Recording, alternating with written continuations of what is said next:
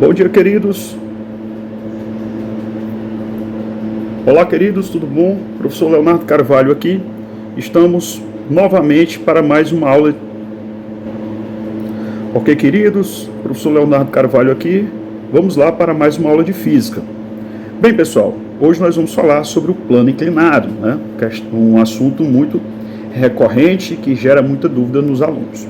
Então, primeiro, pessoal, nós vamos para essa situação inicial, essa situação aqui de cima, tá? Chamada de uma situação 1, onde eu tenho um plano horizontal, tenho um objeto de massa M, e atua neste objeto duas forças, força peso e a força normal. Nesse momento, o módulo da força peso, exatamente igual ao módulo da força normal, essas forças se anulam, e o bloco e a bolinha esferinha está em repouso, ou seja, a resultante das forças que atuam nela é exatamente igual a zero. Agora, o que é que acontece se este plano aqui, pessoal, for levantado, né? Vou aplicar aqui uma força e esse plano sofreu uma inclinação, que é o que nós temos na situação de baixo. Quando esse plano sofrer essa inclinação, observem que a força peso, se a gente tirar uma linha da situação anterior, pega uma linha aqui vertical da situação anterior até essa situação posterior, essa situação 2, notem que a força peso, continua vertical para baixo, né? Bora lembrar como é que a gente calcula força peso? Força peso, massa do objeto, vezes o campo gravitacional onde ele se encontra, né? Então, neste caso, quando eu inclino o plano, supor aqui, que o plano tem inclinado um ângulo θ, certo? O força-peso continua na vertical, mas a força normal, e aí nós temos que lembrar que a força normal sempre forma com a superfície um ângulo de 90 graus. Então a força normal inclina do mesmo jeito que o plano inclina, certo? Então se esse plano inclinou aqui um ângulo θ, certo?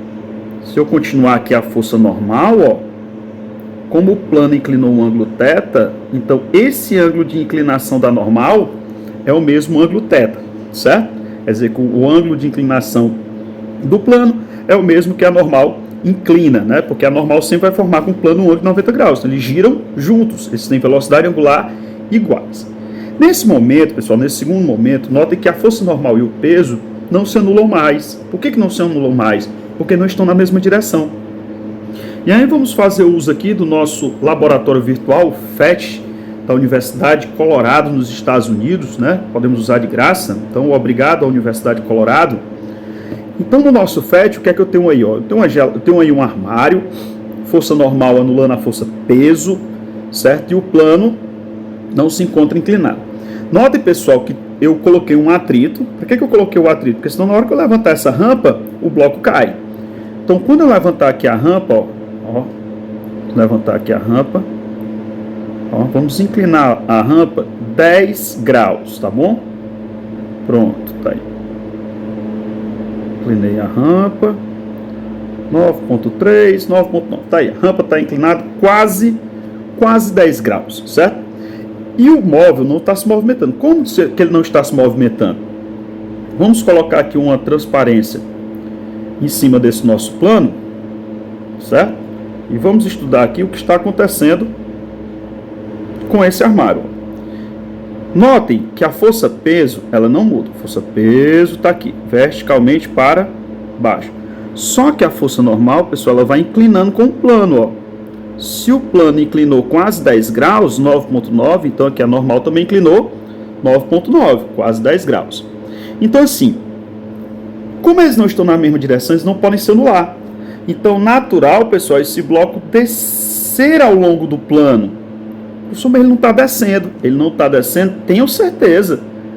Anulando o movimento, nós temos a força de atrito. Mas, senhora, professor, a força de atrito está anulando quem aí? Não tem ninguém puxando para baixo. Tem. Que força estaria puxando para baixo? Para isso, nós vamos fazer um artifício que nós usamos muito quando estudamos vetores, que é o artifício de decomposição vetorial. Então, o que é que nós vamos fazer, queridos? E aí, sempre que vocês pegarem plano inclinado, tem que fazer essa decomposição vetorial. Aqui, ó, vou continuar o eixo do peso, certo? E o eixo do peso, nós vamos chamar de eixo Y. Ó, agora ele virou uma setinha. E o eixo do movimento, nós vamos chamar aqui de eixo X, certo? Eixo Y é o eixo do peso, eixo Y é o eixo do peso, exatamente, e eixo X é o eixo do movimento. Eu posso decompor, pessoal, qualquer uma das forças aí, tanto o peso como a normal. Só que a normal, pessoal, ela está perpendicular ao eixo X, então ela não ia ter componente no eixo Y. Então nós vamos decompor quem? Nós vamos decompor a força peso. Para decompor a força peso, olha o que é que nós vamos, olha a mudança que nós vamos fazer, ó. Professor, mas o eixo X aí não está formando 90 graus com a horizontal, não. Com o eixo Y não está formando um ângulo de 90 graus com o eixo X. Corretíssimo, tá mesmo não.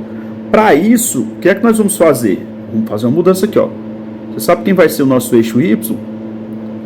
Nosso eixo Y, ó, em cima da normal.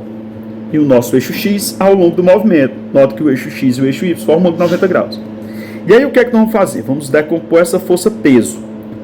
Nós vamos dizer, ó, que uma componente do peso está anulando a força normal. Por isso que o bloco não sobe. Como é que eu vou chamar essa componente do peso? Vou chamar essa componente do peso de PY. Então por que o bloco não sobe e nem desce? Ele não sobe nem desce porque o PY está anulando a força normal. Note que PY colou no ângulo θ. Como o PY colou no ângulo θ, então PY é o peso vezes o cosseno da inclinação. Agora, a outra parte do peso, a outra componente do peso, olha aqui a outra componente do peso, ao longo do plano, puxando o bloco para baixo, que eu vou chamar de PX. Então, pessoal, quando eu divido o peso em duas forças, o PY, né? Eu estou pegando, olha aqui à direita, eu estou pegando a força peso, que é um vetor, estou dividindo a força peso no vetor PX e no vetor PY, certo? Ou eu uso PX ou eu uso PY. O PY, olha aqui na direita de vocês, vou botar uma seta aqui, ó. PY, ó, anulando a força normal. E o PX? O PX é quem está puxando o bloco para baixo. Então, como a normal é anulada pelo PY, então a nossa força resultante, o que vai puxar o bloco para baixo é exatamente o PX. Beleza? Se nós voltarmos lá para o FET, vamos voltar aqui para o FET, ó, vamos fazer aqui a nossa anotação em cima, beleza? Ó. Então, a força peso, uma parte dela, estou fazendo uma parte do peso, está virando o PY. Então, uma componente do peso, este PY, anula a força normal. Então, como é que eu ia calcular a força de atrito aí, ó? Bora lembrar que força de atrito é μ vezes a força normal? E quem é a normal no plano inclinado? No plano inclinado, a normal é o PY, que nós já vimos lá, que é P vezes o cosseno do ângulo. E se PY é P cosseno do ângulo, quem vai ser esse PX? Quem está puxando o bloco para baixo, né? O nosso PX aqui, já vai ser peso vezes o cosseno da inclinação. Ah, professor, agora eu entendi. Agora sim, a força de atrito está anulando exatamente o PX. Por isso que o bloco não escorrega. Exatamente. Agora, queridos, olha, vou tirar aqui a anotação do lado, do nosso plano inclinado, certo? O que é que acontece se eu ficar aumentando essa inclinação, ó? Se eu aumentar a inclinação, olha que a inclinação agora é 16 graus, vou colocar logo no nosso sistema de vetor lá em cima deles, ó, certo? O que acontece quando eu aumento a inclinação? A função seno de 0 a 90 graus é uma função crescente.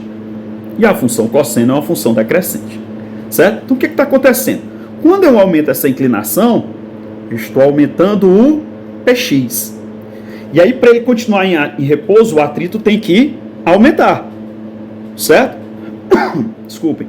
Só que tem um problema no atrito. Porque o atrito depende da força normal. E aí, quanto maior a inclinação, a normal diminui.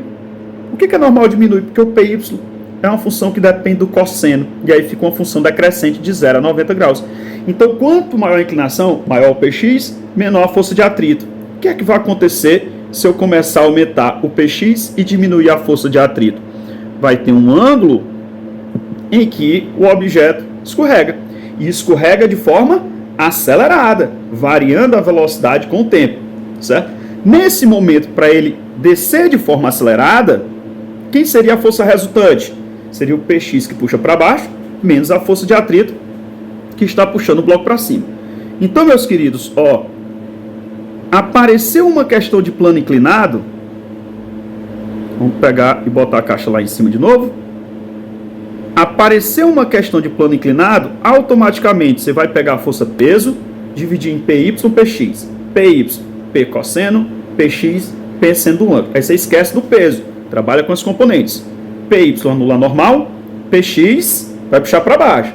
Se tiver um atrito, então o PX vai ter que conseguir romper essa força de atrito. Senão, a força restante é o PX. Queridos, nos vemos nas próximas aulas para tirar dúvidas sobre as questões de plano inclinado, tá bom? Todos, paz e muita saúde em vossos coraçõezinhos. Tchau, pessoal!